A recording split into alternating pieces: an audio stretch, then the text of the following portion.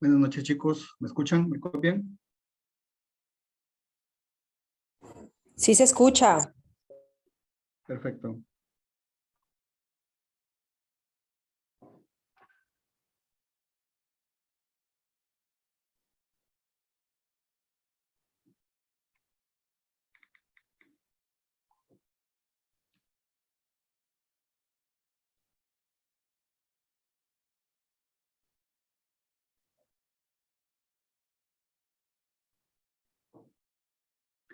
Bien, chicos.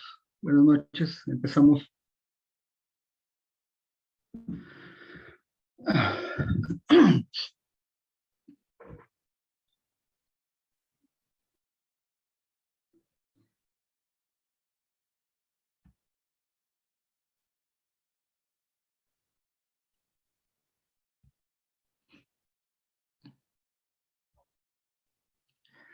Bien, buenas noches con todos. El módulo del día de hoy es el inicio de la fase de formulación y evaluación.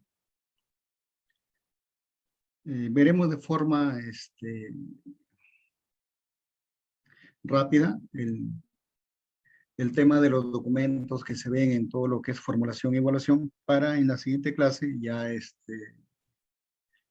iniciar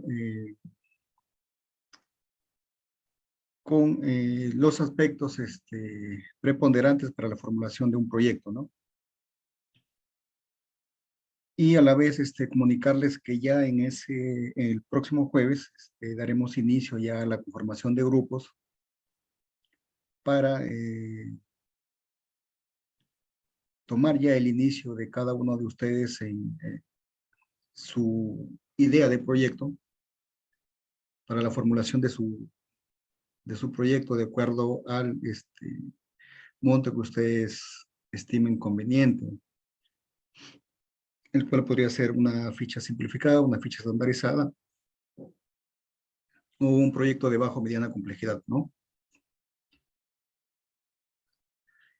Eh, bueno, para no demorarnos más con la clase, iniciemos con la importancia del análisis de preinversión en lo correspondiente a la fase de formulación y evaluación. Me dice, chicos, ¿ven la pantalla?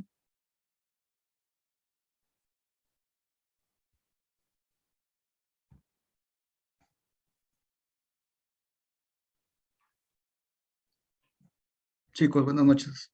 ¿Ven la pantalla?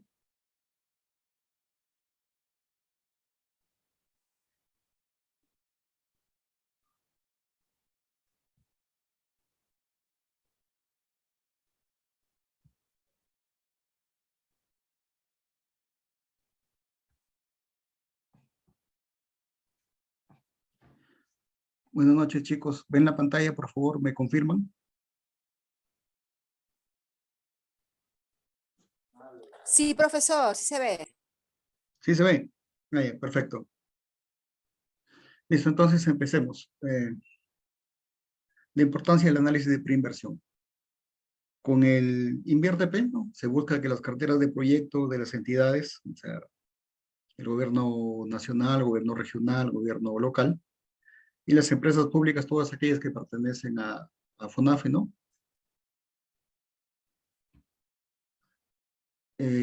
Correspondiente a todos los niveles de gobierno, cierren las brechas de infraestructura o de acceso a servicios. Infraestructura y servicios necesarios para el logro de los objetivos estratégicos del país, además de que en cada proyecto se evalúe la eficiencia económica, la rentabilidad social y la sostenibilidad de la provisión de bienes y servicios. Se señala que en el Perú ahora solo se evalúa si el proyecto cerraba una brecha o no, para declararlo viable. Eso no es así. O sea, la rentabilidad social y la sostenibilidad del proyecto siguen siendo pilares fundamentales para la viabilidad, tanto que son considerados principios que rigen las inversiones públicas en el marco del Sistema Nacional de Programación Multianual y Gestión de Inversiones. Por lo que es conveniente recordar que de acuerdo al artículo 3, literal D del texto único ordenado del decreto legislativo 1252, los proyectos deben ser socialmente rentables. De acuerdo al artículo 3 mismo en su literal ley habla sobre la sostenibilidad financiera.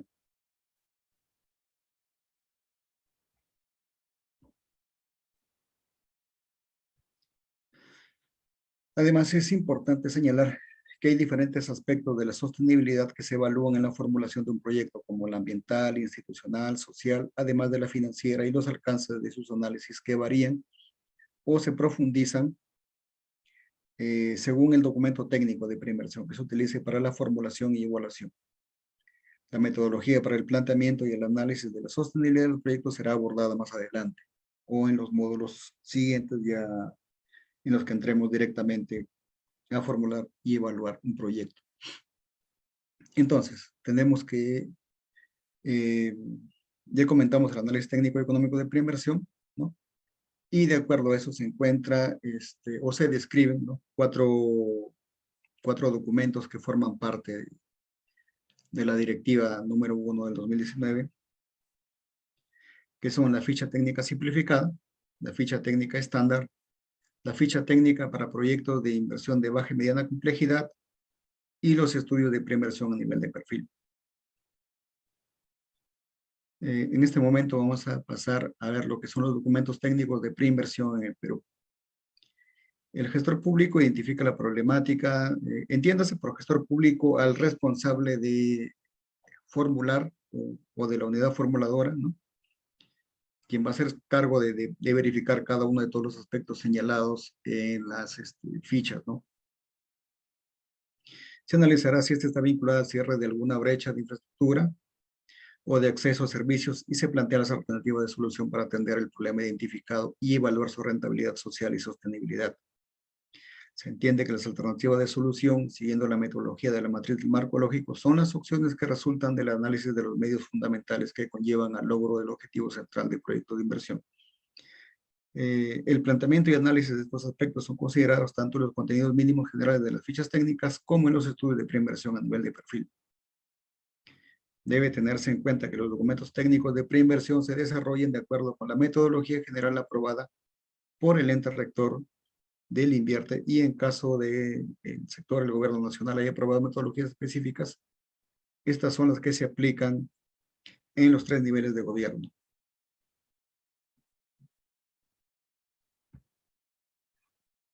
Y tales metodologías específicas no deben contravenir la metodología general, en todo caso debe contener orientaciones más precisas o detalladas para la tipología de proyecto bajo su responsabilidad. Como requisito previo su aprobación deben ser remitidas a la DGPMI junto al informe técnico que la sustenta. Ahora sí, entrando en específico, veremos lo que son las fichas técnicas simplificadas. Estas fichas se utilizan para los proyectos de inversión con monto de inversión total a precios de mercado que no superen las 750 unidades impositivas tributarias. Es decir, que no sea mayor a los 3.450.000 soles, dado que en este año la UIT asciende al valor de 4.600 soles. Las fichas técnicas simplificadas como documentos técnicos de preinversión le sirven a la entidad a través de la unidad formuladora respectiva para analizar la pertinencia de realizar la inversión. Los sectores pueden aprobar fichas técnicas simplificadas específicas para la tipología de proyectos que se enmarquen en su responsabilidad funcional y que deben ser aplicadas por entidades de los 3 niveles de gobierno cuando formulen proyectos de inversión con montos de inversión menores o iguales a las 750 OITs. Cabe señalar que las fichas simplificadas específicas aprobadas por los sectores son publicadas en el portal institucional del Ministerio de Economía y Finanzas y se pueden encontrar, ahí les dejo la página.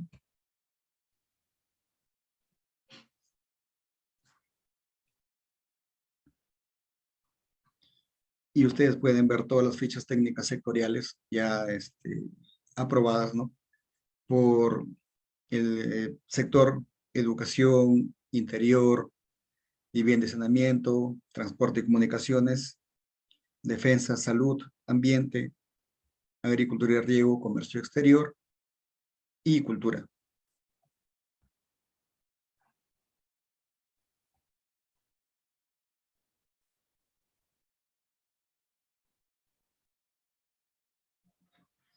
A ver, Henry, no entiendo tu pregunta. ¿A qué te refieres con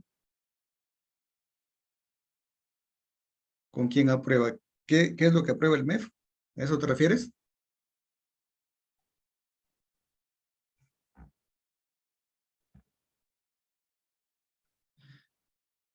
¿Quién aprueba las fichas? Ah, perfecto. Ya. Eh,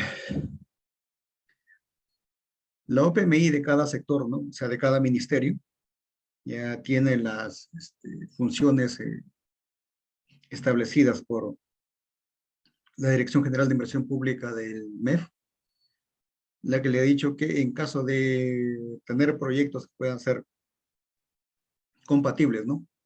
Y que puedan ser establecidos mediante una ficha, ya sea simplificada o estandarizada, ellos la realizan, una vez finalizada esa ficha ya, pasa a ser remitida al MEF para una verificación. El MEF le da el visto bueno, regresa a la OPMI del sector, esta ya pasa, después de tener el visto bueno del MEF, ya sube al órgano resolutivo para ser aprobado, y ahí es ya donde aparecen todas las fichas. Como tú ves, por ejemplo, en educación, en este caso tenemos una ficha técnica estándar para el mejoramiento, ampliación y o recuperación de los servicios de educación inicial, primaria y secundaria del sector de educación. Vemos que hay una planilla electrónica que es la ficha, ¿no? Hay un instructivo y hay un documento de aprobación. Y ese documento de aprobación es el que ya fue presentado por la OPMI del sector, que es educación, hacia el MEF. El MEF ya le dio el visto bueno y ha pasado a ser aprobado y está registrado aquí en el banco de proyectos del MEF. Bien, continuemos. Sin embargo, si los sectores no han aprobado fichas simplificadas específicas, las entidades de los 3 niveles de gobierno deben aplicar la ficha simplificada general aprobada por el MEF, que en la fecha consta con un formato, como formato 6A de la Directiva General del Invierte, y los mismos se encuentran aquí.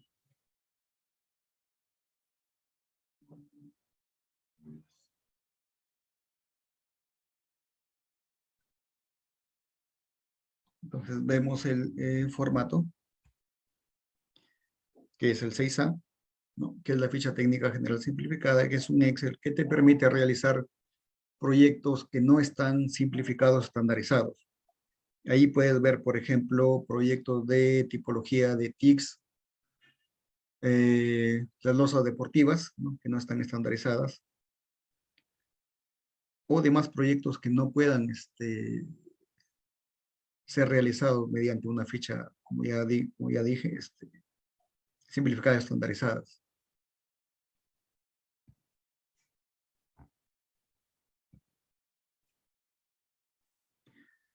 Bien, en la ficha simplificada, las entidades, a través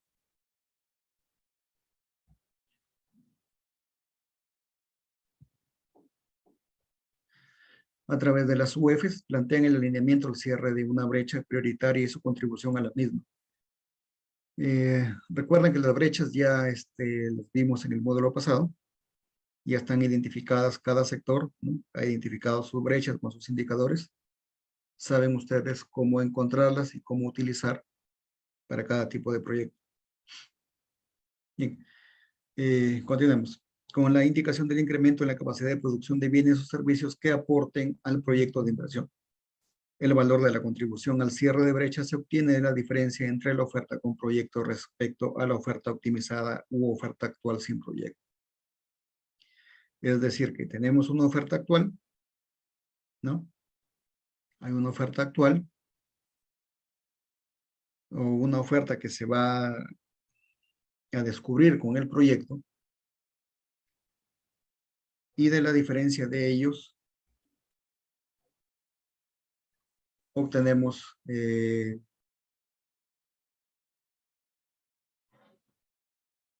nuestra oferta de bienes, ¿no? Que va a contribuir al cierre de brechas del proyecto. Asimismo, se realiza el diagnóstico del área de estudio y de la unidad u unidades productoras, ya que el proyecto puede considerar más de una unidad productora, siempre que su consideración responda al objetivo central o propósito del proyecto. En este caso, se daría el ejemplo de A ver, una municipalidad no puede atender, o sea, no quiere atender un proyecto de un colegio individualmente. Entonces agrupa 2, 3, 4, 5 colegios que puedan intervenir. Y entonces ahí es donde tenemos más de una unidad productora. Cada unidad productora, en este caso, está identificado como la institución educativa. Si fuese un proyecto de salud, la unidad productora sería el puesto de salud o el centro de salud a intervenir. Continuando. Definimos el problema, utilizamos la metodología del árbol del programa del marco lógico, la definición de los objetivos y el planteamiento de las alternativas de solución del proyecto también se realiza con la matriz del marco lógico. Todo esto lo veremos en la próxima clase ya cuando entremos de forma concisa a tocar punto por punto correspondiente a la formulación y evaluación de un proyecto.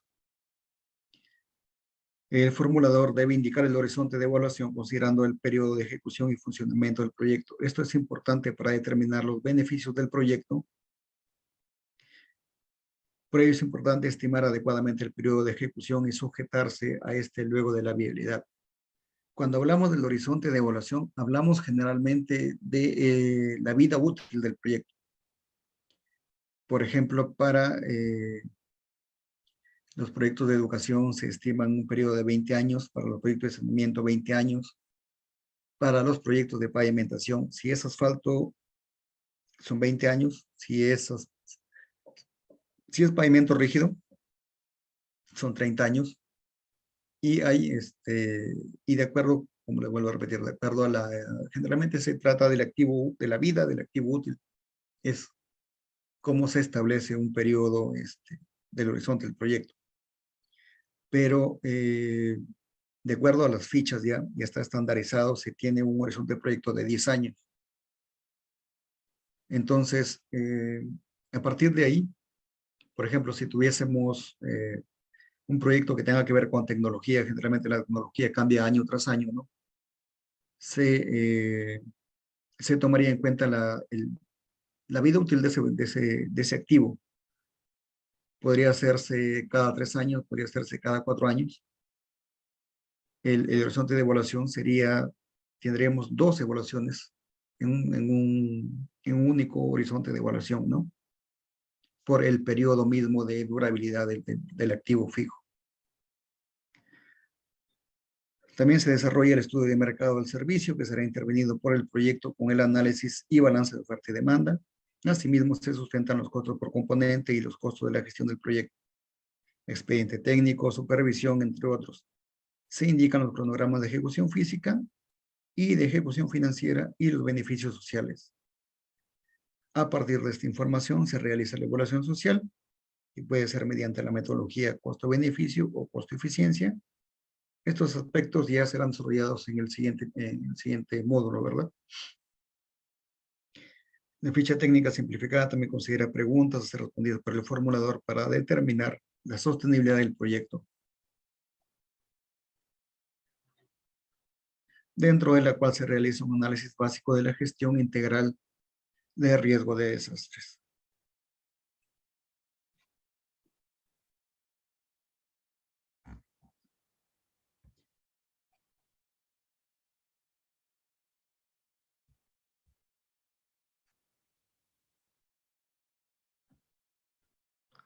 Bien, a partir de este desarrollo, la unidad formuladora de la entidad puede definir si el proyecto es viable, porque en la ficha técnica se ha demostrado que contribuye al cierre de una brecha priorizada, es socialmente rentable, de acuerdo a la evaluación social que se realice, y será sostenible durante su funcionamiento. Ahora pasemos a ver lo que es la ficha técnica estándar.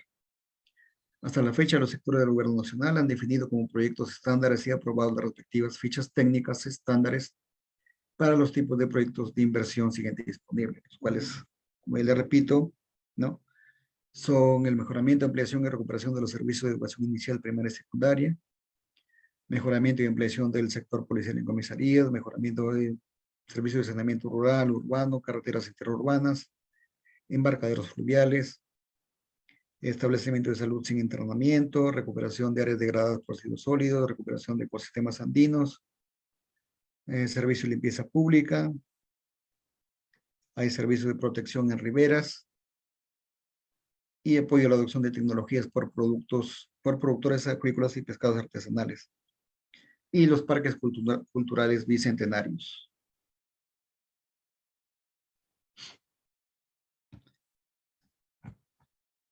Como ya les dije, les comenté anteriormente, ¿no? Todas las fichas ya están establecidas por los sectores indicados, ¿no? Educación tiene hasta el día de hoy 2 fichas técnicas estándar.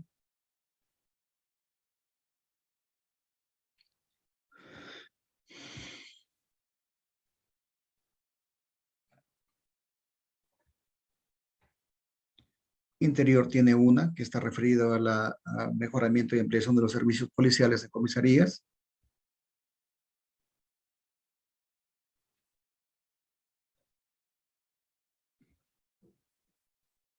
Vivienda y saneamiento tiene 3, uno para lo que es saneamiento de ámbito rural, la otra es para saneamiento del ámbito urbano, y la tercera es una ficha técnica estándar para la movilidad urbana en vías locales, o lo que se conocería como proyectos de pistas y veredas.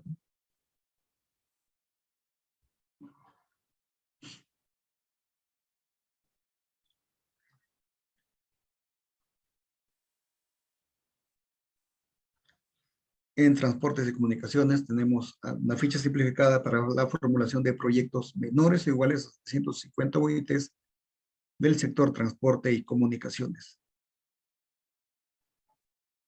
En este aspecto entran proyectos de vías que involucren un centro poblado, ¿no? Que no esté tan cercano a una ciudad y que tal como lo indica el título de la ficha, no debe superar las 750 UITs, ¿no? También se cuenta con una ficha estándar de formulación y evaluación de proyectos de inversión en carreteras interurbanas, que son los caminos vecinales, ya sean de primer, segundo o tercer nivel. Y además cuenta con una ficha técnica estándar para embarcaderos fluviales.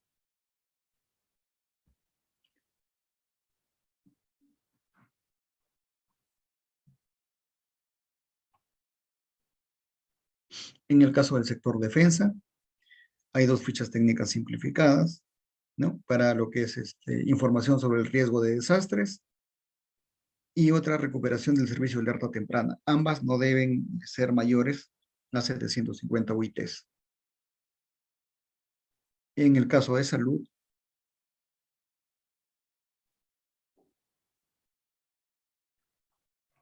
también tenemos 3 fichas, una simplificada y 2 estándar. La simplificada es para proyectos de inversión del sector salud, o sea, puestos y centro de salud. En la ficha técnica estándar está la creación de mejoramiento, ampliación y recuperación de servicios en establecimientos de salud sin internamiento. O sea, que eso quiere decir que no ve hospitales de nivel 3 o 4. Acá solo llega hasta los puestos de salud y centros de salud de nivel tipo 1 y 2.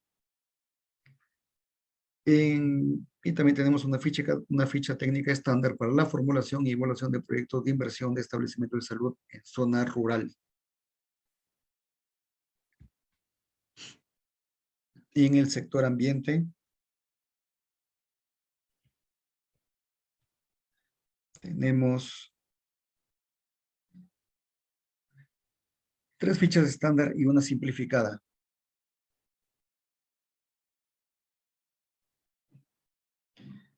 ¿Hay un valor mínimo en importes para considerar una inversión? No. No hay un valor mínimo, pero se establecen metas para ver hasta qué nivel corresponde la formulación del proyecto, ¿no? Hasta 750 OITs puede ser una ficha simplificada.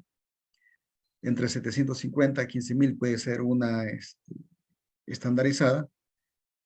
Entre 15,000 a 60,000 puede ser una de baja complejidad, y pasando ya hasta los 407,000 pasando a los 407,000 ya es un proyecto de inversión público. Pero sería raro pues que quisieras hacer un proyecto que cueste un sol, ¿no? O sea, digamos que no hay un mínimo, pero tampoco no podrías todo caso, hacer compras mínimas, pues. En el caso, cuando decía, en el caso de ambiente tenemos 3 fichas estándar y una simplificada. En las estandarizadas tenemos proyectos de recuperación de áreas degradadas por residuos sólidos, o sea, los famosos botaderos, ¿no? Para recuperar ese terreno, es esta ficha.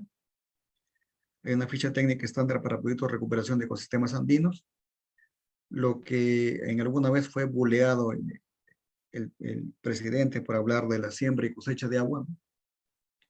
Que también están dentro de este tipo de proyectos. Y a la vez hay una ficha que involucra todo lo que son residuos sólidos, ¿no? Mejoramiento, mejoramiento de ampliación y recuperación del servicio de limpieza pública. Asimismo, tenemos una ficha simplificada de proyectos de inversión en recuperación del sistema ecosistémico de regulación hídrica, ¿no? Llámese pequeños manantiales, ojos de agua, ¿no? Todo ello.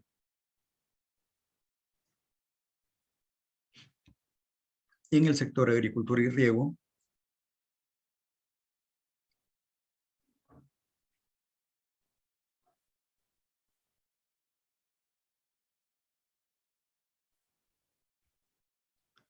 también tenemos 4 fichas, una simplificada y 3 estándar, ¿no? La simplificada para proyectos de mejoramiento del sistema de riego parcelario, riego tecnificado. Tenemos una ficha estándar para proyectos de creación o recuperación de servicios de protección en riberas de ríos vulnerables ante el peligro de inundación. Tenemos una ficha técnica estándar para la formulación y evaluación de proyectos de inversión de mejoramiento de infraestructura de riego, los canales, ¿no? En el caso de la ficha de arriba es para lo que es toda la protección de las laderas de los ríos, ¿no? Para evitar que estos se desborden. Y la última ficha que tiene sector agricultura es la ficha técnica estándar para la formulación y evaluación de proyectos de inversión de apoyo al desarrollo productivo agropecuario y apoyo al desarrollo productivo forestal sostenible, que es más o menos lo que ve Agroideas. En el sector comercio exterior y turismo,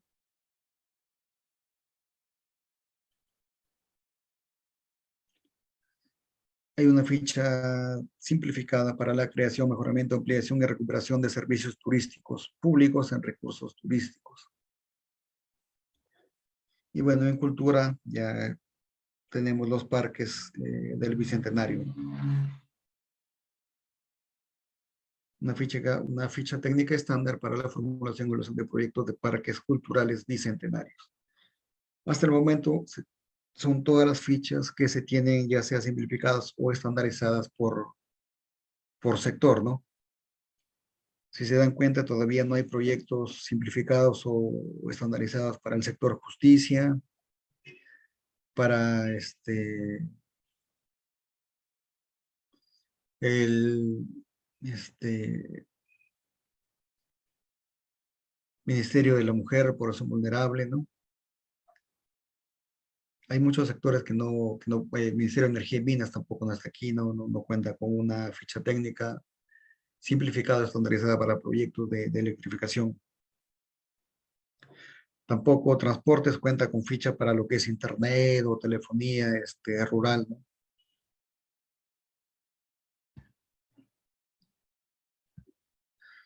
Bien.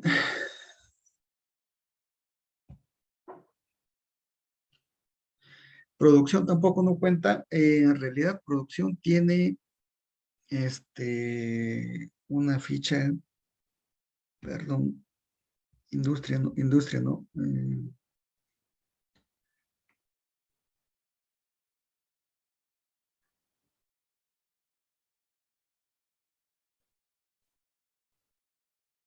Han eliminado la de producción, porque producción sí tenía una que hacía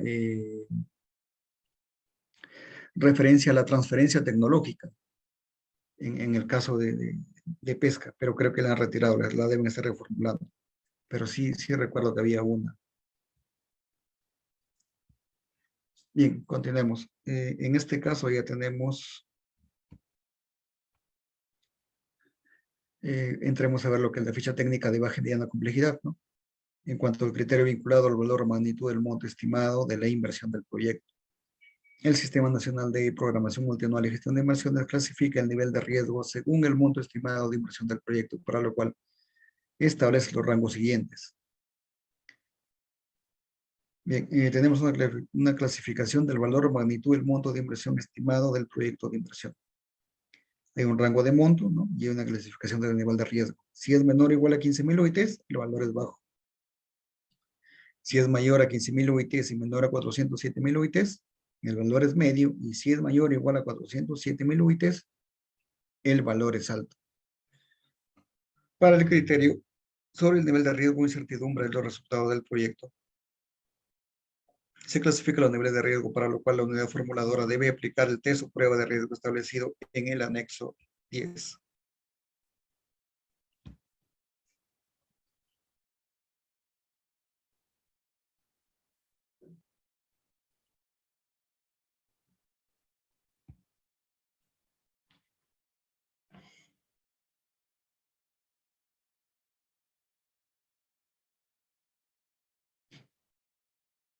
Bien, si ustedes ven aquí, el anexo 10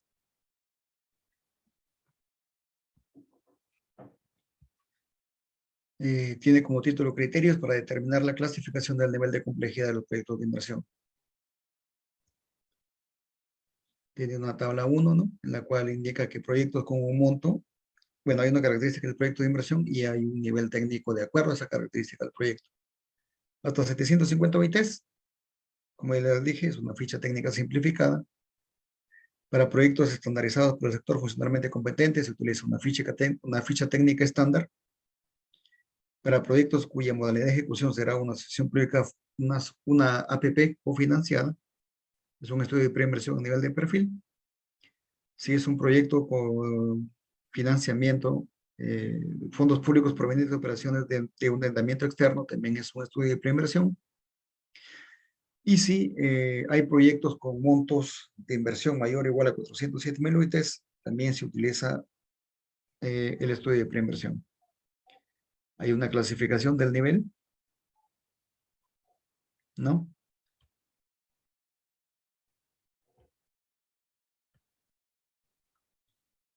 Y hay un cuestionario. Resolviendo este cuestionario y de acuerdo a los puntajes que se obtenga, se puede saber si el proyecto puede ser de baja o mediana complejidad. O sea, se utilizaría en este caso se utilizaría el formato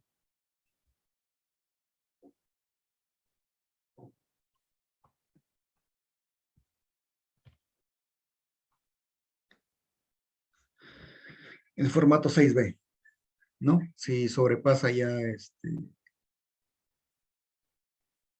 los montos señalados y de acuerdo al nivel de riesgo, puedes utilizar el formato 6B.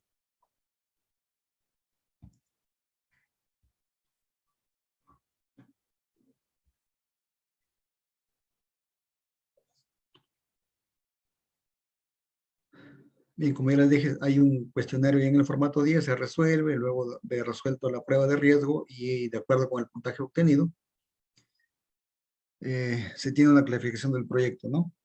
De 0 a 4,5 puntos es bajo riesgo, o sea que haces uso de la ficha 6B, pero en su modalidad de baja complejidad. Si el puntaje se encuentra de 5 a 8,5, hay un riesgo medio, por lo cual vas a utilizar el formato 6B en su modalidad de mediana complejidad. Y si el puntaje final al resolver el test se encuentra entre 9 a 13 puntos, definitivamente ya es un alto riesgo y vas a tener que realizar el estudio de preinversión a nivel de perfil, ¿no? Luego de esto, los resultados de ambos criterios se cruzan y se obtiene un resultado final respecto a si el proyecto de inversión es de baja, mediana o alta complejidad, conforme a la matriz siguiente. La misma que está en el formato 10, ¿no? Hay un riesgo alto, hasta 60 millones de soles, hay 15,000 UITs, ¿no? Hay un monto bajo, hay un monto medio y hay un monto alto que se estima. O sea, el monto bajo está hasta las 15,000 UITs, el monto medio se encuentra entre las 15,000 UITs y las 407,000 UITs, y el monto alto es a partir de las 407.000 UITs. Si hay un riesgo alto con un monto bajo, tenemos alta complejidad. Si hay un riesgo medio con monto bajo y mediana complejidad, y si hay un riesgo bajo con monto bajo, tenemos una baja complejidad. Si hay riesgo alto con monto medio, es alta complejidad, riesgo medio con monto medio, alta complejidad, y riesgo bajo con monto medio, mediana complejidad. En cambio, si ya pasa las 407.000 UITs, ya el nivel de riesgo no importa porque todos los estudios van a ser de alta complejidad.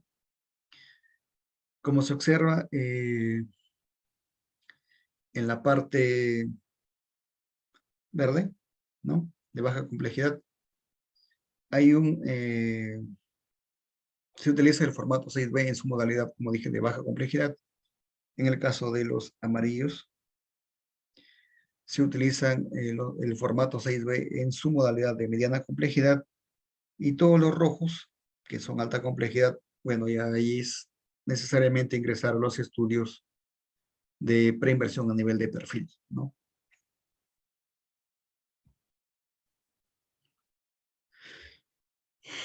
Es así que si el proyecto se encuentra en los cuadrantes de baja y mediana complejidad, la unidad formuladora puede aplicar la ficha técnica de baja y mediana complejidad en la formulación y evaluación del proyecto. Si los resultados ubican al proyecto de inversión en los cuadrantes de alta complejidad, entonces corresponderá a la elaboración de un estudio de perfil. Aquí tenemos la carátula de inicio, ¿no? Del formato 6B. La ficha técnica general para proyectos de inversión de baja y mediana complejidad.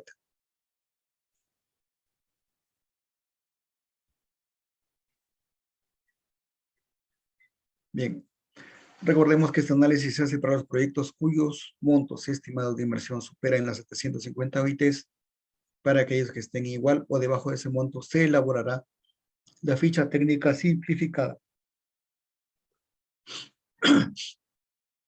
Bien, ya vimos la ficha técnica simplificada, la ficha técnica estándar, las fichas de baja y mediana complejidad, y en este momento veremos lo correspondiente a el estudio de perfil. Conforme con el anexo 7 y con la guía general para la identificación, formulación y evaluación de proyectos de inversión del Sistema Nacional de Programación Multinacional y Gestión de Inversiones, según se visualiza en el siguiente gráfico, un estudio de perfil debe contener como mínimo lo siguiente. El anexo 7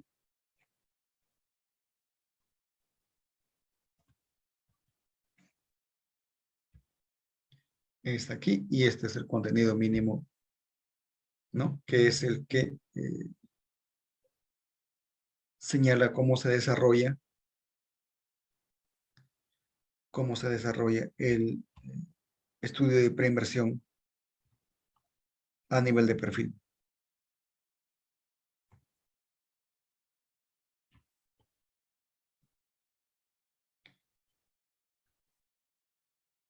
Hay un resumen ejecutivo, un diagnóstico,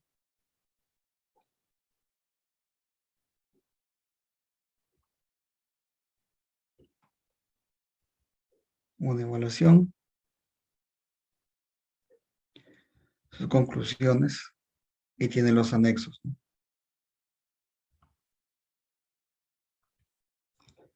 Y hay un apéndice que está en el que te señala el resumen ejecutivo del proyecto.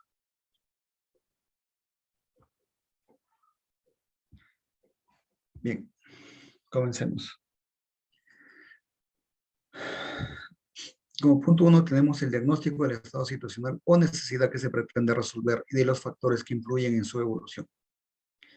Con el diagnóstico se recopila, sistematiza y analiza la información que le da contexto o explica la situación negativa que afecta a una población determinada, así como las causas que la generan, sus consecuencias y tendencia al futuro.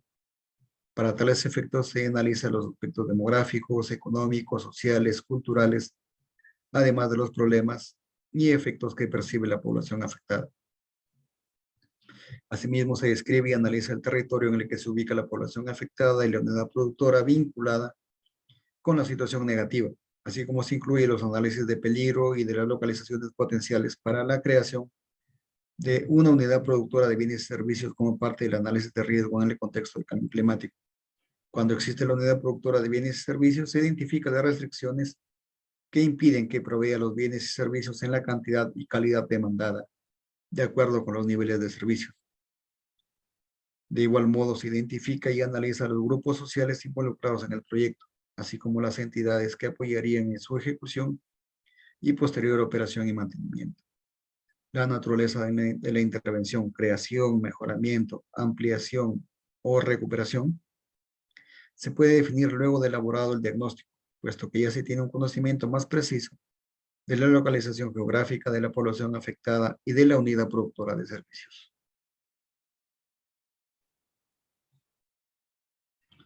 Dos, definición del problema y objetivos.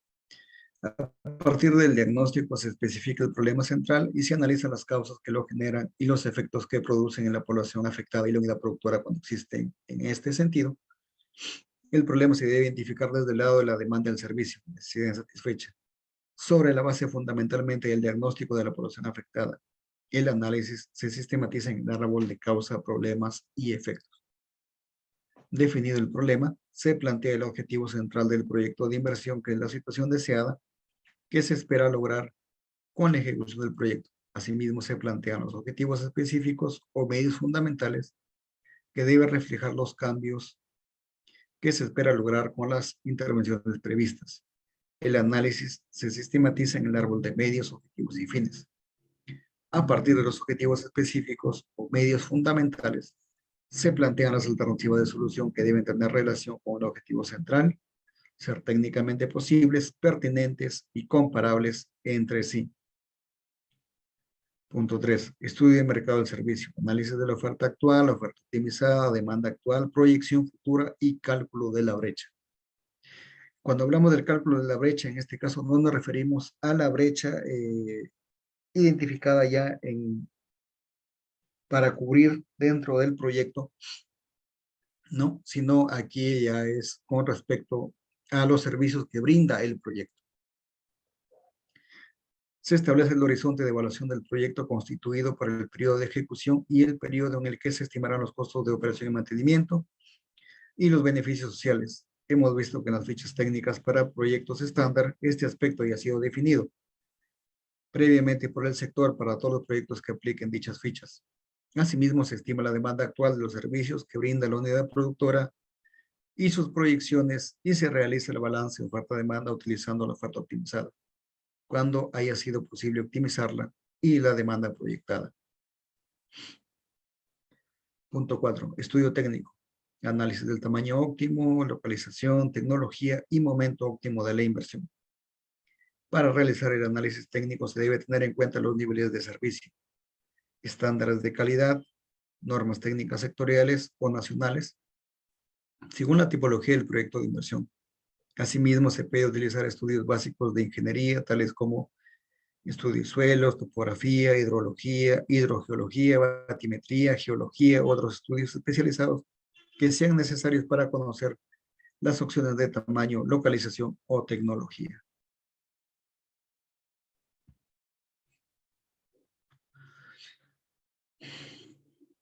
Punto 5. Identificación, medición y valoración de los costos y beneficios sociales. Se identifica, mide y valora los beneficios directos, ¿no?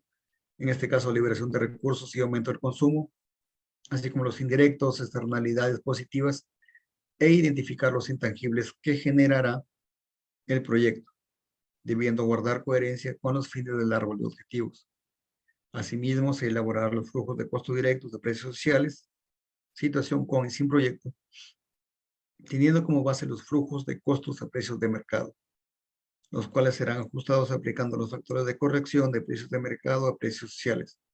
El anexo número 11 contiene los factores de corrección de los principales precios sociales utilizados en la formulación de los proyectos de inversión. Bien, en este caso, veamos el anexo 11, que contiene los parámetros de evaluación de costos sociales.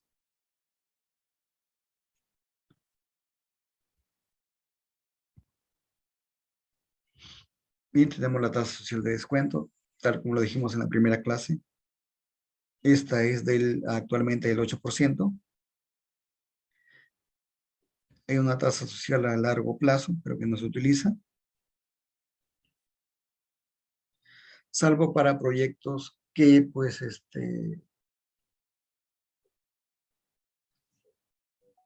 involucren proyectos, no, perdón, ejecución y horizonte de evaluación mucho más grandes de los ya estipulados en las fichas normales. Tal como les dije, generalmente el proyecto, el horizonte de evaluación es de 10 años.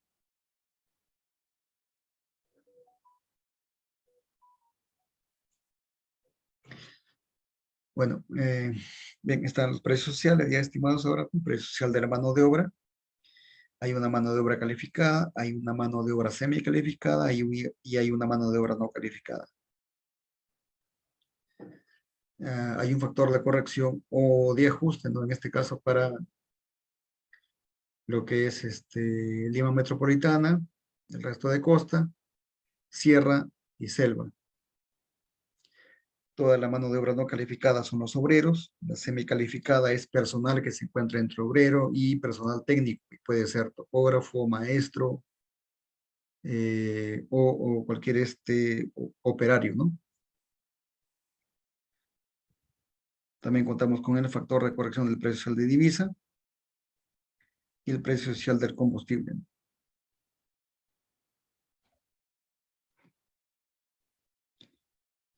Hay un precio social para los bienes importables, para los bienes exportables. Hay un costo social por fallecimiento prematuro. Hay un precio social del carbono. Hay un valor social por el tiempo que generalmente se aplica en proyectos de saneamiento o de transporte terrestre, ¿no? Para un propósito laboral, para un propósito no laboral. Hay un valor social del tiempo de transporte urbano. Ustedes ven transporte local privado, transporte local público en Lima, costa, sierra y selva, ¿no?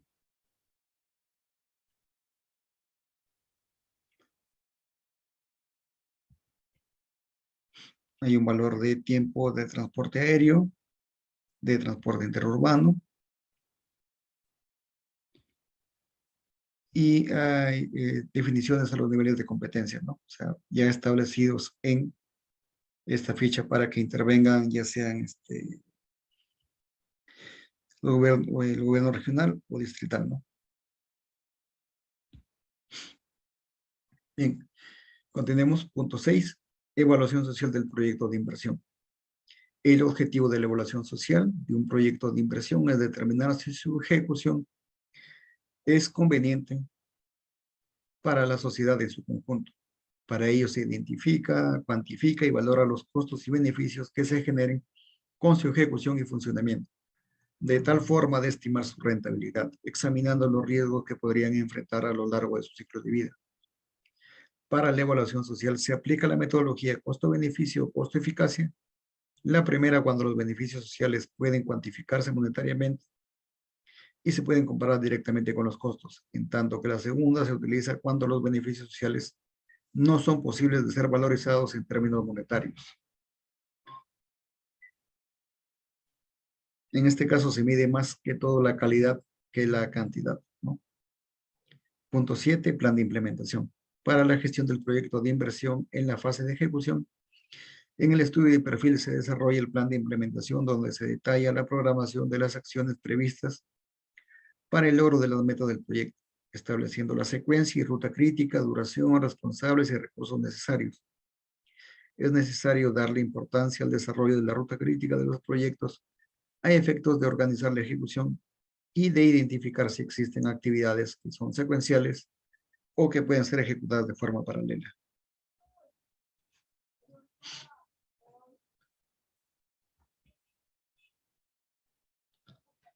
Bien. Punto 8. Análisis de sostenibilidad. Ya hemos comentado que existen diferentes aspectos de la sostenibilidad que se evalúan en la formulación de un proyecto, como lo ambiental, institucional, social, además de la financiera. El objetivo de este análisis es identificar la capacidad que tiene el proyecto de inversión de proveer bienes y servicios de manera ininterrumpida durante su vida útil. A continuación tenemos un esquema del contenido mínimo de un estudio de perfil, ¿no? Perfil, hay un diagnóstico de la situación actual o necesidad y de factores que influencian en el mismo, en los cuales podemos encontrar la oferta actual, la oferta optimizada, la demanda actual, proyección futura y cálculo de brecha.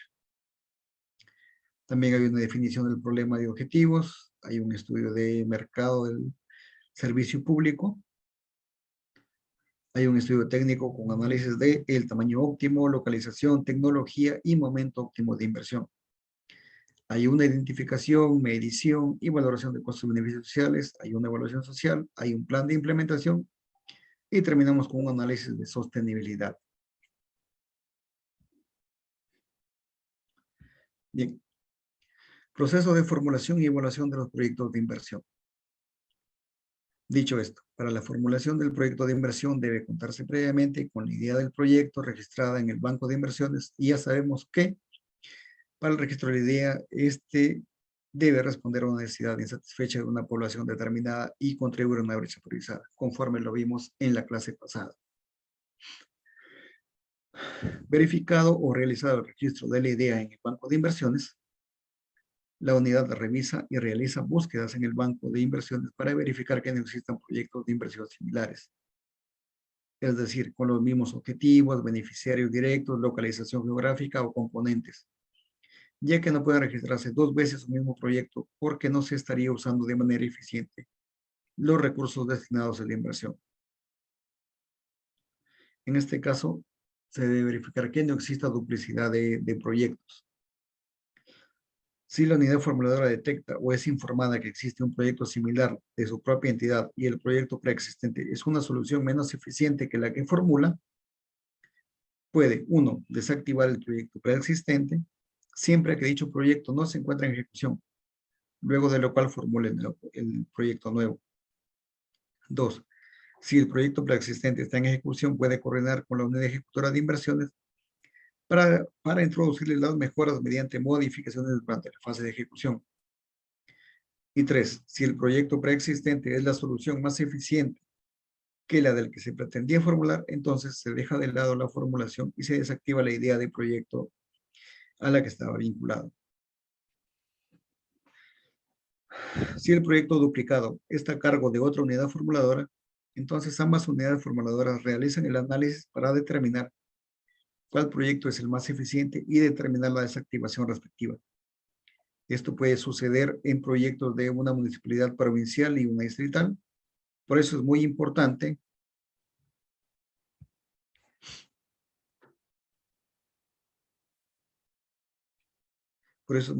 aprovechar los espacios de coordinación entre entidades para no duplicar el uso de los recursos públicos.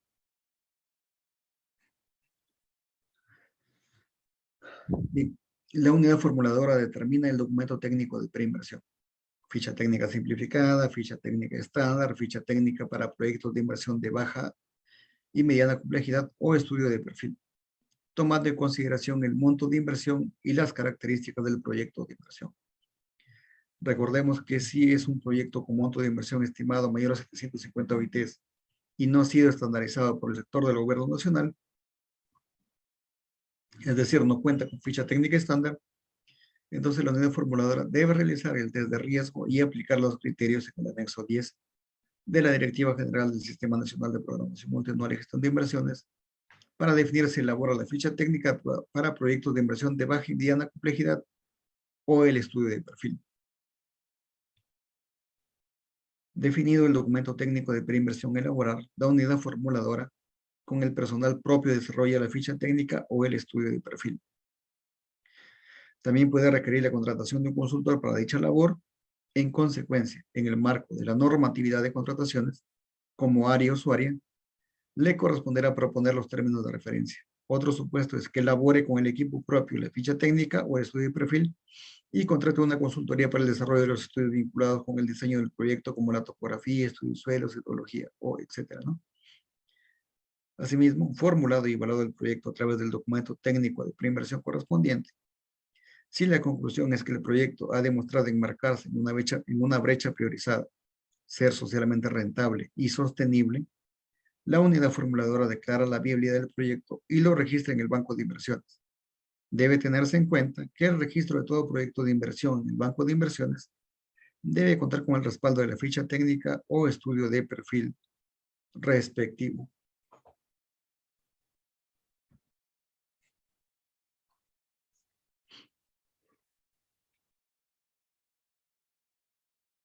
Durante la formulación del proyecto de inversión, la unidad formuladora debe verificar que cuente con el saneamiento físico legal de los predios en los que se ejecutará el proyecto o con los arreglos institucionales. Para ello, los que pueden ser un documento que acredite la cesión, donación o afectación en uso de los predios conforme al marco legal vigente.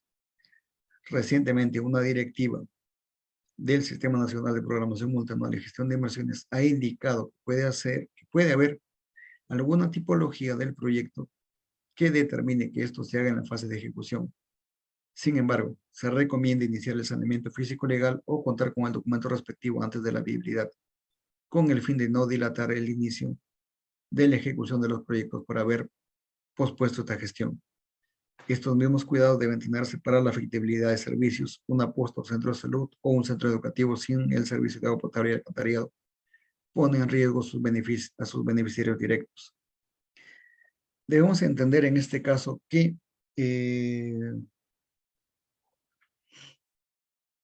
tal como se señala, hay centros o puestos de salud y centros educativos que en muchos casos a nivel nacional no cuentan con título de propiedad. Están asentados, tienen 20, 30 años ahí en el lugar, pero no tienen un título de propiedad que los salvaguarde. Entonces, cuando la entidad, ya sea la municipalidad distrital, provincial, gobierno regional o el sector correspondiente, decide ejecutar el proyecto en esa zona, en esa unidad productora, si no se cuenta con el título de propiedad, lo que se estima conveniente es que al menos se avance con el documento que acredite la cesión, donación o afectación del uso de los predios.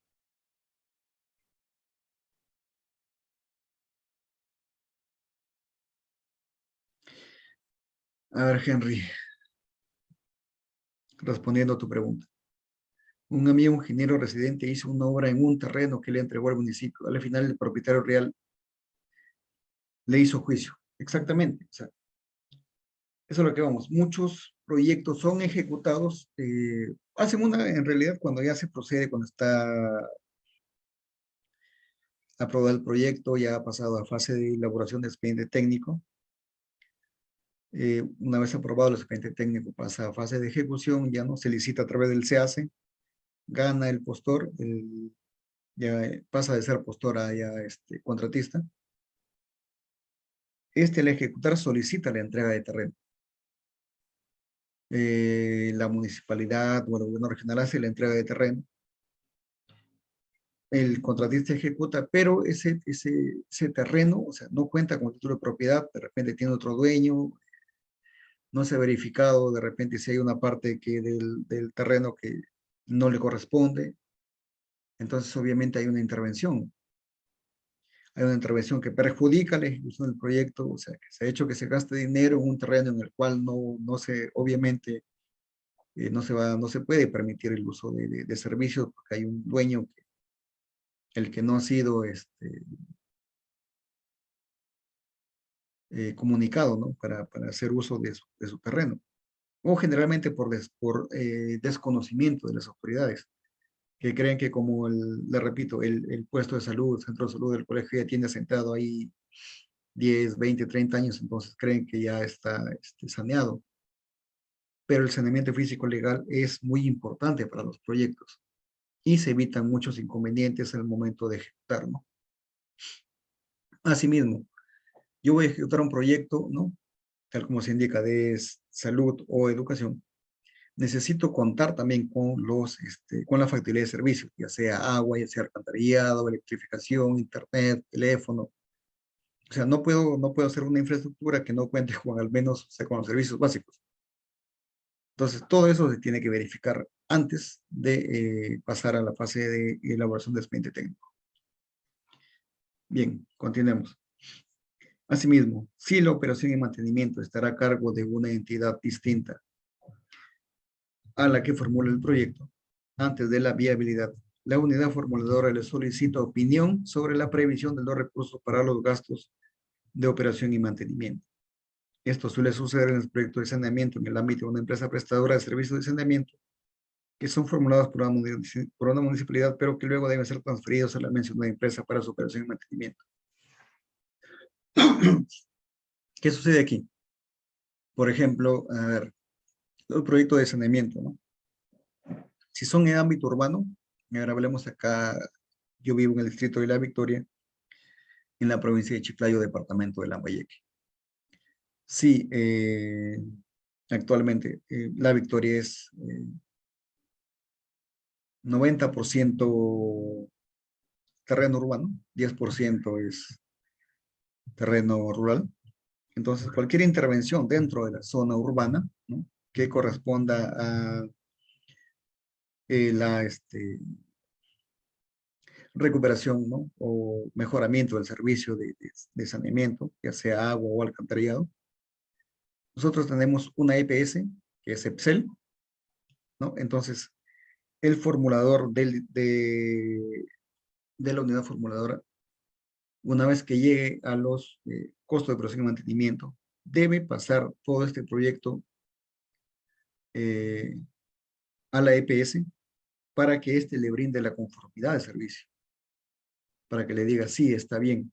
Se envía un documento con el cual ya, bueno, la UEF ya tiene constancia de que se puede ejecutar el proyecto, y a la vez se cuenta con el mismo documento también para, una vez terminado el proyecto, ser transferido hacia la EPS y esta pueda continuar con el servicio, pueda continuar prestando el servicio normal, ¿no?, de saneamiento.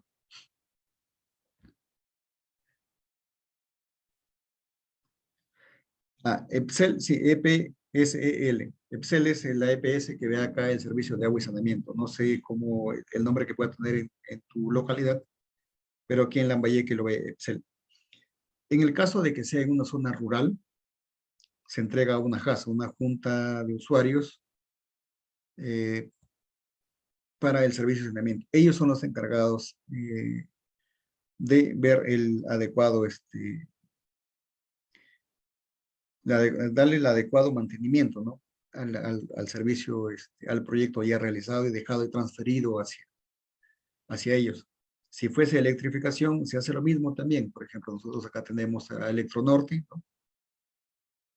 Igual, si una municipalidad va a hacer un proyecto de zona, los proyectos de electrificación rurales tienen que ser transferidos, eso sí, obligatoriamente. Ahí no hay una junta de usuarios, nada. Ahí sí pasan a ser transferidos directamente a la entidad competente que ve ese servicio.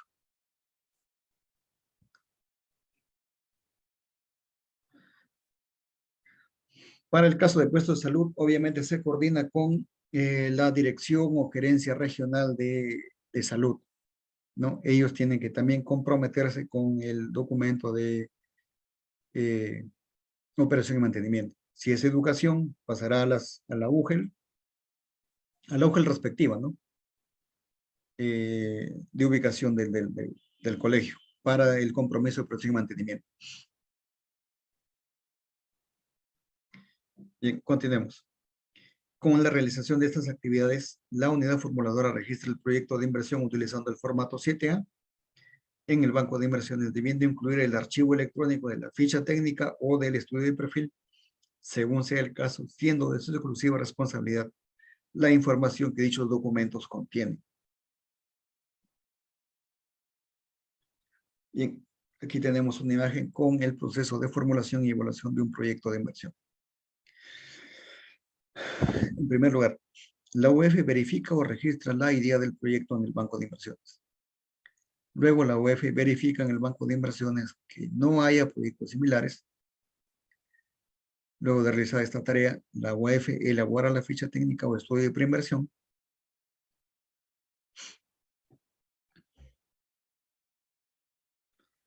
Asimismo, hay documentos técnicos y declaraciones juradas que tienen que ser revisadas por la UEF, ¿no? La UEF misma evalúa, luego realiza un análisis técnico y económico que permita decidir la ejecución, si la ejecución se justifica. Luego de eso se determina la viabilidad y finalmente la unidad formuladora registra en el banco de inversiones.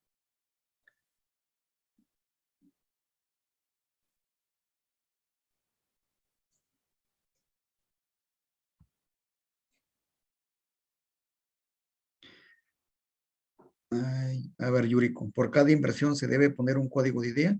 No pueden haber dos inversiones con la misma idea. No, recordemos que cada proyecto es individual. Que yo puedo tener en un proyecto intervenir 5 o 6 unidades productoras, eso sí. Y cuando son tramos, por ejemplo, ¿cómo sería? A ver, tramos, un camino vecinal, ¿no?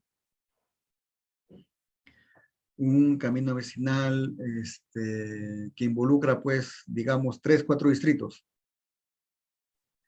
Bien puede ser realizado por cada distrito, ¿no? Hasta el tramo que corresponde, donde tiene su límite, o bien los distritos pueden pasarlo a, bueno, a la municipalidad provincial dudo mucho que lo pueda hacer, sería el gobierno regional, y lo ejecutaría,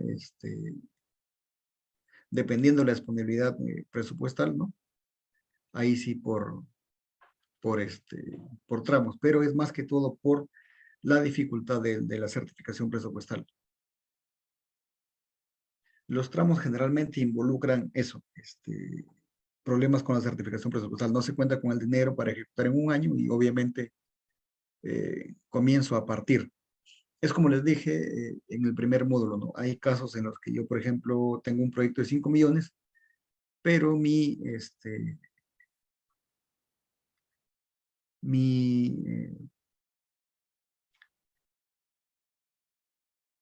gastos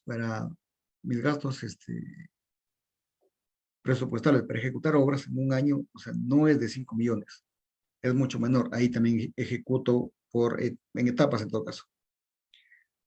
Claro, el mejoramiento de carreteras es más que todo por tramos, pero es por, como te repito, uno, por avances y lo otro es por certificaciones presupuestales. O sea, no te podría dar de repente el Ministerio de Transporte ejecutando un proyecto de 500 millones y no te va a dar los 500 millones de un solo golpe. O sea, te lo va dando por partidas de acuerdo a los avances que tú presentes. Y de esa manera se garantiza también una ejecución correcta y sin, digamos, sin apresuramientos, ¿no? Que conlleven a una malversación de fondos después.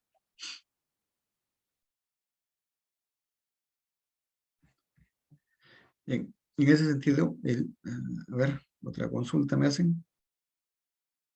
Ah, perfecto, qué bueno. Bien, en ese sentido,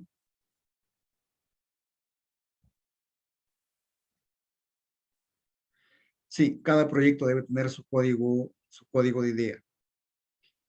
Digamos, no sé, se me ocurre a mí hacer un colegio, ¿no? A ver, digamos un distrito X tiene 20 colegios, ¿no? Tiene 20 colegios en toda su zona de influencia, ¿no? En la zona territorial. Yo puedo hacer un código de ideas para involucrar, o sea, si quiero intervenir individualmente, debería tener yo 20 ideas de proyectos que me van a representar 20 proyectos, porque son 20 colegios. Pero si no quiero trabajar de esa manera individualmente, puedo agruparlos de acuerdo a zona más cercana a la intervención y puedo tener una intervención de 2, 3, 4, 5 colegios que me involucrarían una sola unidad, una sola idea de proyecto, que después se transformaría en un proyecto, pero con intervención en 2, 3, 4 o 5 instituciones educativas. Eso también facilitaría, pero generalmente las ideas de proyectos son individuales, porque los proyectos también son de ejecución individual. No puedo darle un código, a ver, por ejemplo, yo quiero hacer un proyecto de salud y otro de carretera y ambos proyectos no pueden tener el mismo código de idea. Eso es imposible. En ese sentido, el proyecto de inversión debe enmarcarse en la definición del proyecto de inversión. No se deben incluir actividades o componentes que correspondan a la operación y mantenimiento de la entidad, como remuneraciones del personal, ¿no?, de la entidad. El proyecto es viable si no está fraccionado, ya que si el proyecto formulado está incompleto, no podrá generar los beneficios esperados luego de su ejecución. No excluyes componentes para que calcen una ficha técnica simplificada. ¿Qué es lo que se pretende con esto? Es, por ejemplo, yo quiero intervenir un colegio, ¿no? No, a ver, simplificada. A ver, veamos otro caso fuera del colegio de salud. Ahí está. Seguridad ciudadana, ¿no? Un distrito pequeño, de repente tengo detectado que mi inversión, pues, sea de 2 millones. Aún no sobrepaso las 750 OITs, ¿no? Que son 3.400.000 y pico mil soles. Pero ¿qué sucede si lo veo como provincia? Y como provincia, yo decido realizar o recortar en todo caso, para no utilizar la ficha de formato de bajo mediana complejidad de proyectos de inversión, y decido reducir el monto de inversión para que sea una ficha simplificada. O sea, quiero utilizar el formato 6A, acomodo el lugar en lugar de utilizar el formato 6B, que sería el más adecuado por el monto de inversión que el proyecto involucraría, ¿no? Entonces, ahí ya estaría yo fraccionando, porque luego, a ver, voy a hacer una ficha por ya 3.300.000, que no sobrepasa los 750 OITs, pero cuando paso a la fase de ejecución, pues le voy a agregar, o sea, muchos componentes más, cosa que mi proyecto de 3 millones termina pasando a 10, 12, 15 millones. Entonces, eso es, ya es exagerado, ¿no? Bien, continuemos. La viabilidad del proyecto solo puede ser otorgada por una unidad formuladora con las competencias legales. Entonces, si eres una municipalidad o gobierno regional, hay que verificar las competencias, recordando que no se puede intervenir en vías nacionales ni en infraestructura para servicios que están a cargo del gobierno nacional. O sea, a ver, hay una Panamericana que pasa, a ver, la Panamericana en todo caso, que pasa por, no sé, aquí en Lambayeque, por el distrito de Lagunas y Reque, ¿no? Hay algún problema de bache, ha habido un terremoto y, bueno, ha destrozado la vía Panamericana. La municipalidad distrital no puede intervenir en la carretera Panamericana porque no está dentro de sus competencias. En este caso, estos distritos solo pueden ver vías de su competencia distrital. La municipalidad ve vías de su competencia provincial. El gobierno regional ve vías de competencia regional. Y el sector transporte, en este caso, vería toda la reparación de lo que se ha producido en la vía por el colapso de la misma, ¿no?, a través del terremoto. En el caso de educación, he visto casos pequeños, pero que se notan hasta el día de hoy. Por ejemplo, municipalidades distritales formulando proyectos de institutos, cuando los institutos son competencia superior, educación superior, y de acuerdo a la ley orgánica de municipalidades, los municipios, ya sean distritales o provinciales, solo tienen influencia hasta la educación básica, ¿no? No educación superior, no técnica, perdón, educación básica superior técnica, ¿no? Como los institutos. O sea, las municipalidades deben ver solo temas de colegios de nivel inicial, primario, secundario, ¿no? Hasta el nocturno se puede ver por parte de las municipalidades. Pero hay casos así en los que se vuelan la norma y quieren aprobar, pues, y ejecutar proyectos que no son de su competencia y después terminan en problemas de juicios por ejecutar acciones que no son de su competencia. Bien, la información consignada en las fichas técnicas o en el perfil debe estar sustentada y ser veraz. No sobreestimes la demanda ni los beneficios para sobredimensionar la alternativa de solución o la alternativa técnica. Tampoco se debe subestimar la oferta existente con el mismo fin. En este caso, hay proyectos que ya tienen una oferta determinada, ¿no? Que ya se presta servicio, pero que, digamos, se realiza una ficha solo para completar algunas cosas que faltan y que no deberían ser tomadas como estudio de preinversión, sino en todo caso deberían ser tratadas como IOR, ¿no? para terminar este proyecto. Asimismo, el proyecto es viable si cumple con los parámetros y normas técnicas sectoriales, con las metodologías específicas aprobadas por los sectores, las cuales ya vimos, ¿no? Y con la metodología general y se aplican los procedimientos contenidos en la normatividad del Sistema Nacional de Programación Multianual y Gestión de Inversiones. Bien, veamos cómo se da la declaración de viabilidad de un proyecto de inversión. Se otorga a una intervención que constituye proyecto. No se trata de un proyecto fraccionado. La UEF tiene competencias legales para formular el proyecto. Las fichas técnicas o perfiles cumplen con parámetros y normas técnicas. Las fichas técnicas o perfiles consideran metodologías sectoriales y generales. Y las entidades han cumplido con procedimientos del Sistema Nacional de Programación Multianual y Gestión de Inversiones. Asimismo, el proyecto no está sobredimensionado respecto a la demanda y se han obtenido beneficios sociales que no están sobreestimados. Si la entidad va a financiar total o parcialmente el proyecto de inversión con recursos provenientes del endeudamiento externo, antes de declarar la viabilidad, la unidad formuladora remite el estudio de perfil junto a la opinión de la Oficina de Programación Multianual de Inversiones a la Dirección General de Programación Multianual de Inversiones del MEF para obtener su opinión favorable, siempre y cuando, ¿no?, sean con recursos provenientes de endeudamiento externo.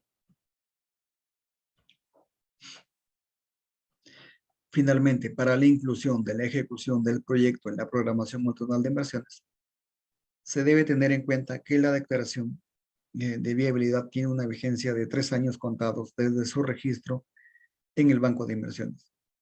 Si en ese periodo de tiempo no se ha iniciado la elaboración del expediente técnico, la unidad formuladora deberá actualizar el documento técnico de preinversión utilizado para declarar la viabilidad y registrar dicha actualización en el Banco de Inversiones. Ahora sí, viendo todos los documentos ya no correspondientes a las fichas simplificadas, fichas estandarizadas, fichas de baja y mediana complejidad y los proyectos de inversión pública, pasamos a ver las otras inversiones, que en este caso son las inversiones de optimización, ampliación marginal, reposición y rehabilitación, más conocidas como las IOR.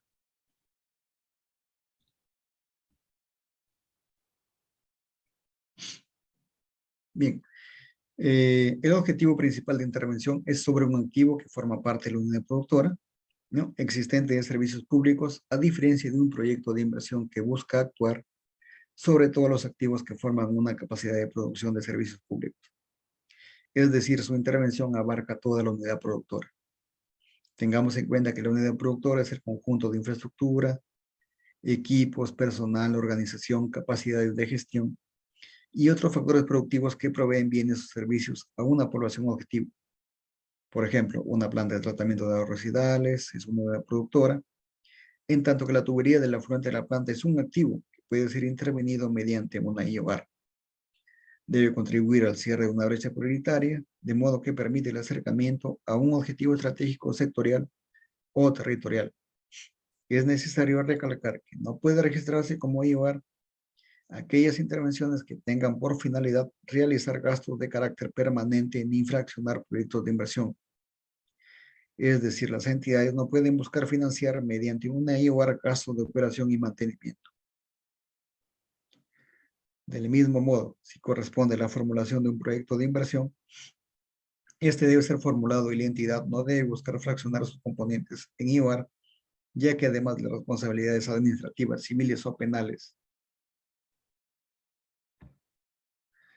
que la unidad formuladora pueda asumir, se perjudica el diseño adecuado del proyecto al no dimensionarse la problemática o necesidad insatisfecha de la población, pudiendo llevar a un subdimensionamiento de las soluciones, así como se perjudica su ejecución, pues al fraccionarse un proyecto, no se lleva un plan de implementación único, ni se puede realizar el seguimiento sobre el avance de la ejecución.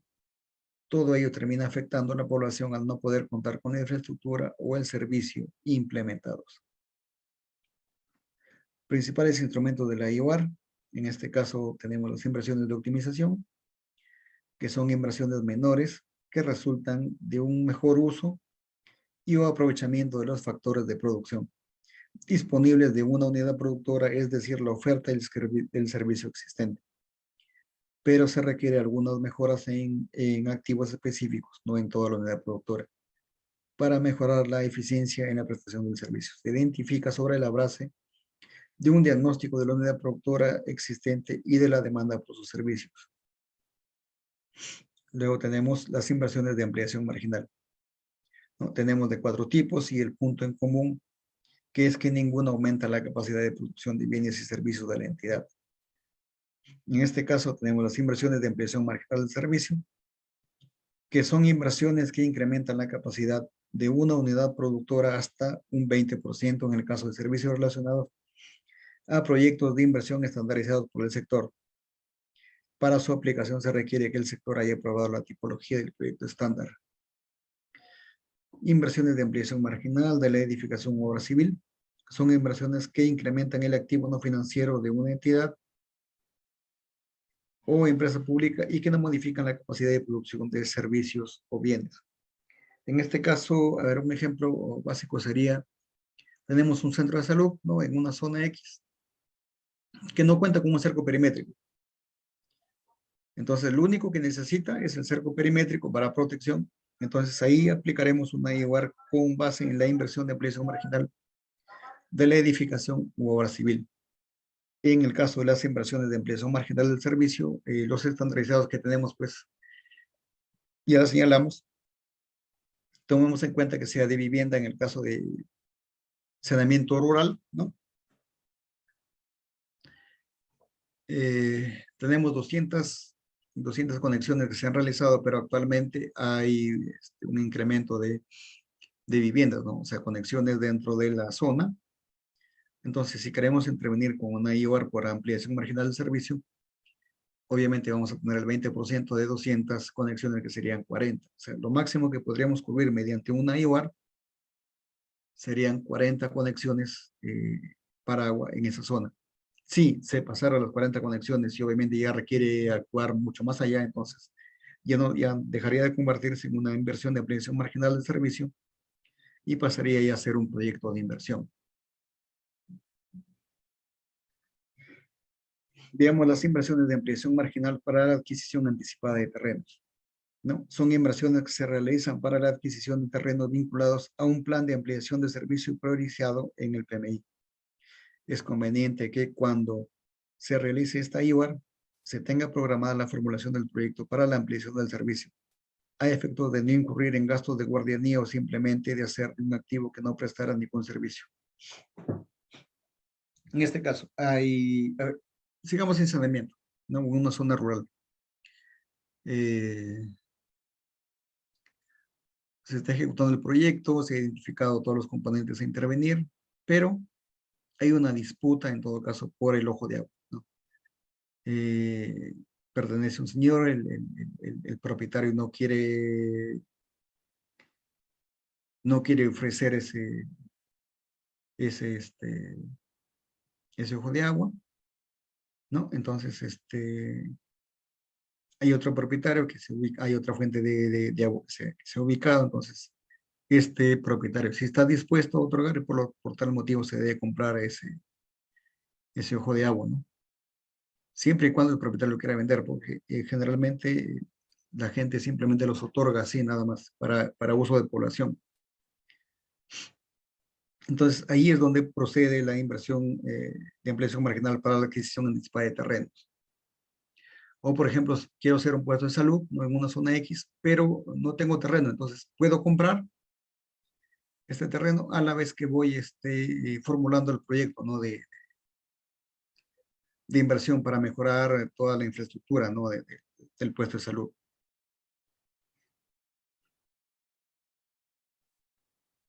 Y también tenemos las inversiones de ampliación marginal por liberación de interferencia, que son inversiones orientadas a la eliminación y o reubicación de redes de servicios públicos como sistemas de agua, desagüe, electricidad, telefonía, internet, entre otros, que faciliten la futura ejecución de un proyecto de inversión en formulación o para un contrato de asociación pública-privada.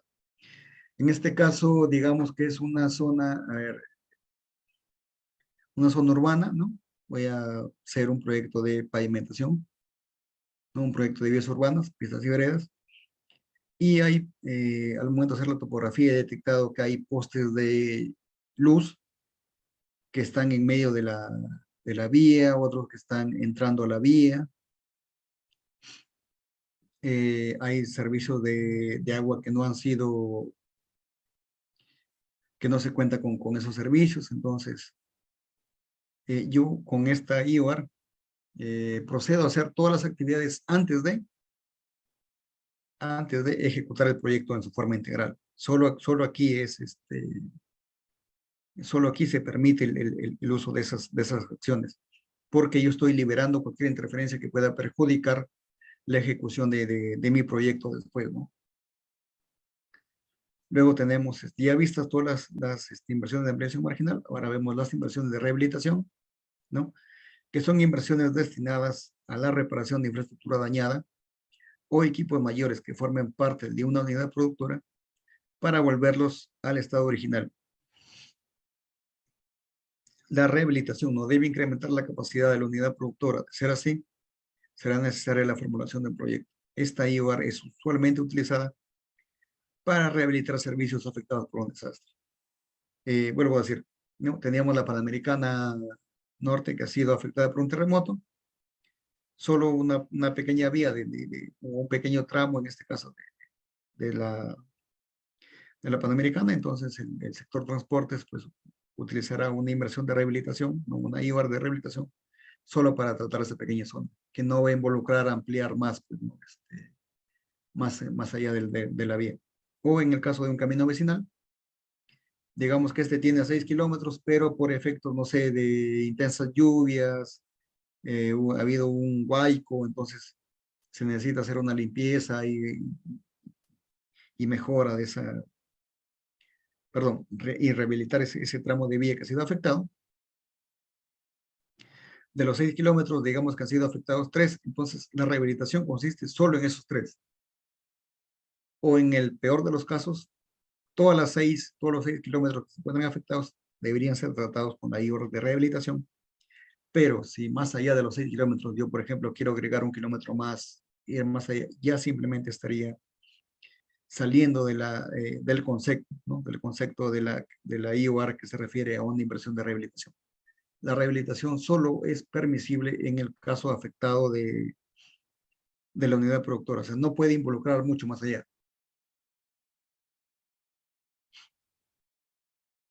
Inversión de reposición. Son inversiones destinadas al reemplazo de equipos, equipamiento, mobiliario y vehículos cuya vida útil ha culminado y que formen parte de una unidad productora. La selección de estos activos y equipamiento de reemplazo no debe tener como objetivo el incremento de la capacidad de la unidad productora. Estas inversiones no se aplican para el reemplazo de infraestructura. O sea, en este caso de las IORs para reposición, a ver, volvemos al ejemplo de seguridad ciudadana, ¿no? Un distrito X tiene ya, pues, contaba con 3 camionetas, 20 motocicletas, ya debido al uso excesivo, estos ya no brindan el servicio adecuado. Entonces, se realiza un diagnóstico del mismo, ¿no? Ya se sabe, obviamente, que hay 3 camionetas, 20 motocicletas que están en pésimo estado, se les da de baja, ¿no? Se hace una resolución de baja de servicio, y con esa misma yo procedo a reponer los 3 vehículos y las 20 motocicletas, siempre y cuando no haya una intervención más. Ahora, si yo quiero adquirir una camioneta más o adquirir más más vehículos motorizados, ¿no? Tendría que ver en todo caso una reposición solo por los vehículos establecidos y ver si calzo dentro de lo faltante, si calza dentro de la ampliación marginal de servicio, ¿no? Que no pase del 20%.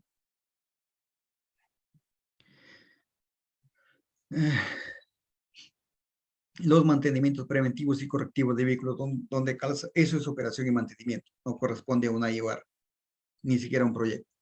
Eso ya es, digámoslo en forma presupuestal, es gasto corriente, ¿no? O sea, el pintado de la fachada de la pared de la municipalidad,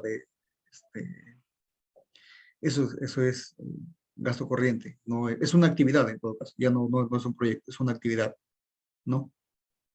Reparar un rompemuelle o tapar un bache, eso ya es una actividad, ya ni siquiera compete a una IOR.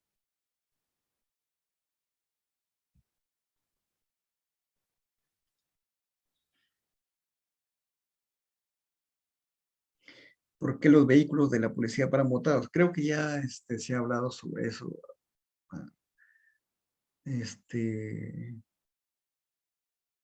Y se sabe exactamente, tal como te indicas, es por la falta de mantenimiento. O sea, cuando se adquirieron los vehículos de la policía, ¿no? Nunca se en los contratos o se comunicó que en la licitación debería, aparte de la compra del vehículo, deberían estar señalados la operación y mantenimiento, el costo de la operación y mantenimiento. Como estos no fueron ahí incorporados, entonces, obviamente, la mayoría de instituciones a nivel nacional carecen de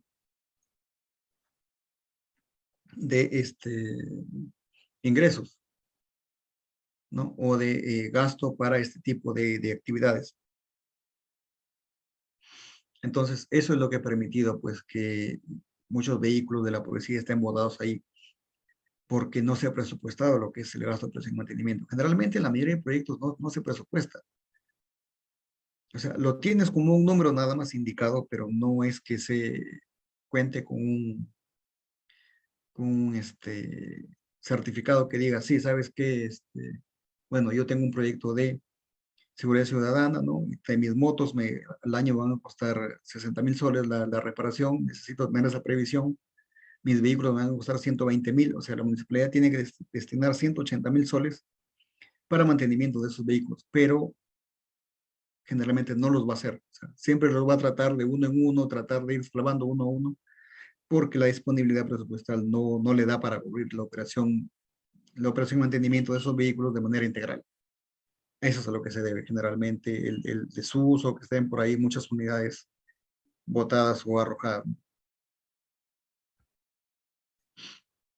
Bien, en este caso ya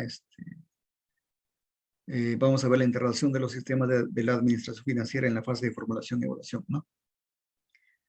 Tenemos el registro de la idea del proyecto en el banco de inversiones, ¿no? El mismo hay una inclusión de la idea en el marco del programa multianual del banco de inversiones. Hasta ahí, hasta esos dos cuadrados, ¿no? O figuras de color verde, es la intervención por parte de del sector del sistema administrativo, en todo caso, inversión pública, ¿no? Después tenemos el crédito presupuestario para financiar la preinversión, luego de eso la certificación presupuestaria para el procedimiento de la selección del consultor. Hasta ahí tenemos lo que es el sistema administrativo de presupuesto. Luego tenemos el procedimiento de selección consultor, registro en el SEACE, hay un contrato, compromiso presupuestario. Aquí interviene el área de logística, que es el sistema administrativo de abastecimiento, ¿no? Luego tenemos los entregables periódicos y final de preinversión, los pagos parciales y final, que también es de competencia ya tanto de presupuesto como de abastecimiento. Y luego regresa el registro del proyecto viable en el banco de inversiones que corresponde a inversión pública.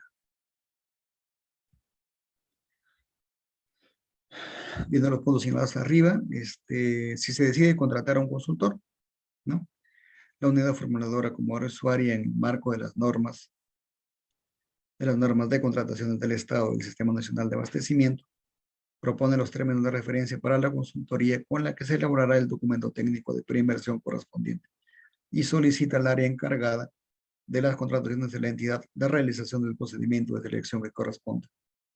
En este caso, la OEF elabora los términos de referencia, si es que los quiere hacer de manera particular, ¿no? Porque si los quiere hacer, como ya fue indicado líneas arriba, si lo quiere hacer de manera con personal propio de la oficina, simplemente va a hacer requerimientos para otros tipos de servicios, como son estudio de suelos, topografía, ¿no? Hidrografía, todo lo que puede involucrar las tareas o otros estudios que sirvan para complementar el estudio de preinversión. Después de eso, asimismo debe contarse con los fondos públicos necesarios asignados en el presupuesto institucional de la entidad para financiar la elaboración del documento técnico de preinversión, para lo cual la oficina de presupuesto o la que haga sus veces en la entidad realiza la certificación presupuestaria de acuerdo con la normativa del Sistema Nacional de Presupuesto. O sea, yo le comunico a, yo como área usuaria, en este caso la unidad formuladora como área usuaria, comunica a la oficina de presupuesto que, bueno, la elaboración de una ficha X, ¿no? De un proyecto X, tendrá un costo, ¿no? De tantos soles. Entonces, para la contratación de esa consultoría, o en todo caso, para la contratación de los servicios que requiere extra, necesita una certificación presupuestaria que avale que el costo de la elaboración de esa ficha o de los estudios requeridos cuentan con pago, ¿no? Con dinero para poder realizarse el pago una vez entregado el servicio. Asimismo, el área encargada de las contrataciones, en este caso abastecimientos, ¿no? O logística, o la oficina de logística, en la entidad lleva a cabo el procedimiento de selección respectivo. Si es menor a 8 UITs, será una contratación directa, pero si es mayor a 8 UITs, ya estamos hablando de procesos de selección que pueden involucrar, ¿no?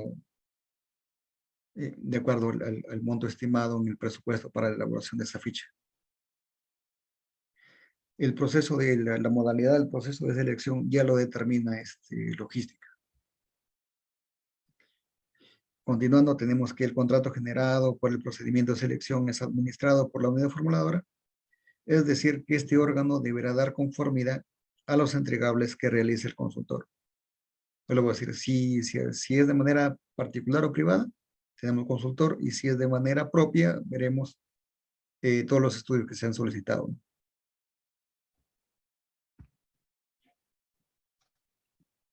Y finalmente, con el documento técnico de preinversión culminado de acuerdo a los términos de referencia, la unidad formuladora registra y declara la viabilidad del proyecto de inversión en el banco de inversiones. Y con eso, iniciada aquí en la idea, se termina en el registro, ¿no?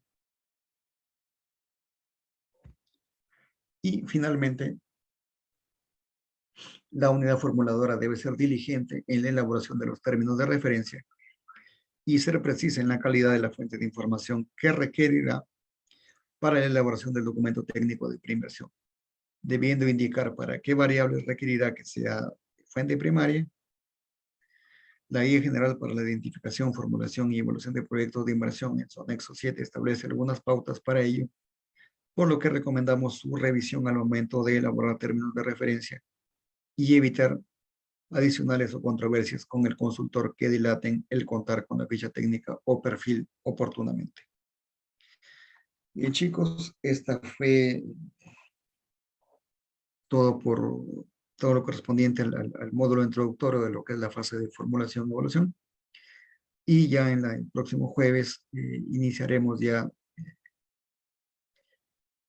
de manera mucho más desagregada, ¿no? Punto por punto, tocando ya sea el diagnóstico, ya sea el árbol de medios y fines, la oferta y demanda, la evaluación punto por punto correspondiente a la formulación de Es lo que se quedó como trabajo de la ficha que ustedes tienen que formular. A ver, Henry, ¿cómo se definen los importes de inversión? Se definen en el presupuesto, ¿no? Generalmente lo determinan una vez realizado el diagnóstico, ¿no? Con todos los componentes que puedan pertenecer al proyecto, ya los responsables, en este caso de la ingeniería del proyecto, realizan el presupuesto y ellos determinan a cuánto llega actualmente o corresponde, ¿no? El costo para la ejecución de ese proyecto.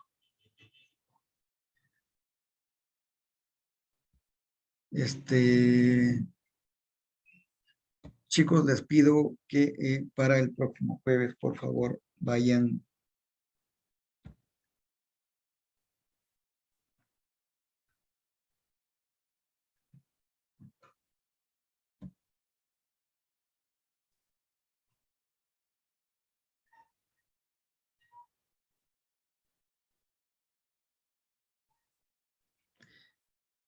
leyendo este documento que es la Guía General de Identificación, Formulación y Evaluación de Proyectos de Inversión, que es el que prácticamente nos va a guiar para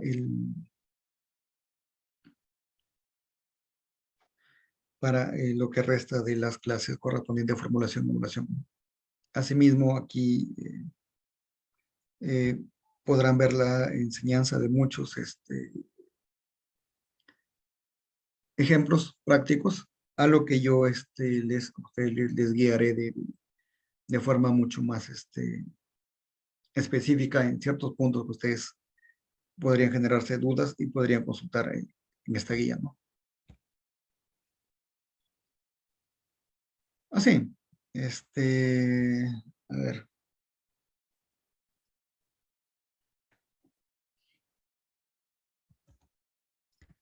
Voy a poner por aquí, a ver, sí,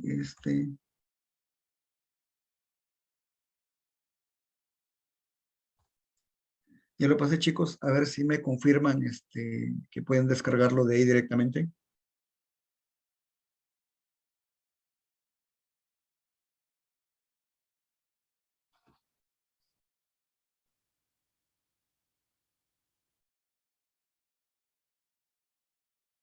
Sí, chicos, me confirman si pueden descargar la guía general, por favor. Si el link está correcto ahí dentro del chat.